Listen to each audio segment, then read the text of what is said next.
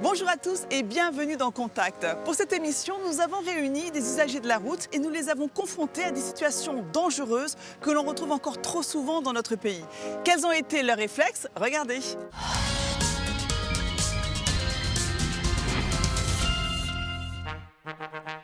Bonjour. Salut. Ça va? Prête? Oui. Et ben voilà, on y est. On y est, c'est parti. Pourquoi rester attentif dans les embouteillages? Regarde. il fait marche arrière. Tranquillou, tranquillou. Ping. Mais il fait quoi? Bizarre comme situation, ouais. Ça c'est bête ça. Il a tout lâché en fait. Et peut-être on est en pente là, non? Ben là, visiblement, on se trouve sur une chaussée très encombrée. Il y a un véhicule qui tout à coup recule sans raison. Regarde, il a ses freins. C'est Oui, rouge. et- Qu'est-ce que c'est que ça? Bah, dans les embouteillages, c'est pas évident, hein, parce qu'il y a des gens qui avancent, qui reculent, qui changent de fil, donc il faut toujours bien rester vigilant. Et... La personne qui là est à l'arrêt, seulement elle relâche tout doucement le frein, Ouais. sans s'en rendre compte. Donc c'est quelqu'un d'inattentif. Quand la voiture qui est devant nous redémarre, il faut pouvoir redémarrer au bon moment. Donc il est important de regarder devant soi et voir quand le véhicule redémarre, quoi. Peut-être son GSM. Je vérifie où je vais. Ou je change la musique, ou je m'ennuie. Voilà, ça m'est déjà arrivé. Hein. Tu avoues. Dans les embouteillages, on a tendance à se relâcher, on peut se laisser aller à quelques distractions. Par exemple, on va checker ses emails ou ses notifications.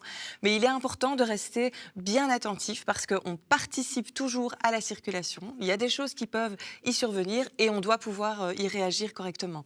Alors ici, l'accident n'est visiblement pas très grave. Si on avait eu un deux roues derrière ce véhicule, les conséquences de l'accident auraient pu être plus importantes. Et puis les conducteurs qui sont distraits dans les embouteillages, ils ont aussi tendance à être plus lents, à reprendre la route une fois que la situation est rétablie, ce qui empire les bouchons, ce qui fait perdre du temps à tout le monde. Être attentif dans les embouteillages, c'est une question de sécurité pour éviter les accidents, mais aussi de respect envers les autres usagers.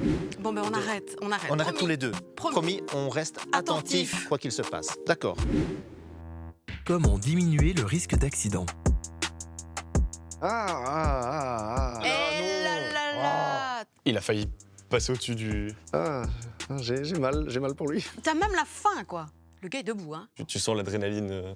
Le problème, c'est que la moto dépasse par la droite. Je pense pas que la moto dépasse par la droite, elle est sur sa bande. Ma hantise, hein, les mecs qui changent de bande comme ça. Ouais. Tu as l'impression qu'elle dépasse, mais c'est parce qu'elle va tellement vite qu'elle Mais- va plus vite que ceux qui sont sur la bande de Oui, gauche. c'est le principe du dépassement. Mais dans l'autre sens. Là, la moto, elle est très vite. Mais ouais, la voiture doit clairement checker son rétro avant de changer de bande, en fait. Elle doit pas se jeter comme ça à l'aveugle. Il voit le motard trop tard de toute façon. Et il continue sur sa lancée. Une moto, c'est finalement un vélo avec un moteur. Ça roule quand même beaucoup plus vite.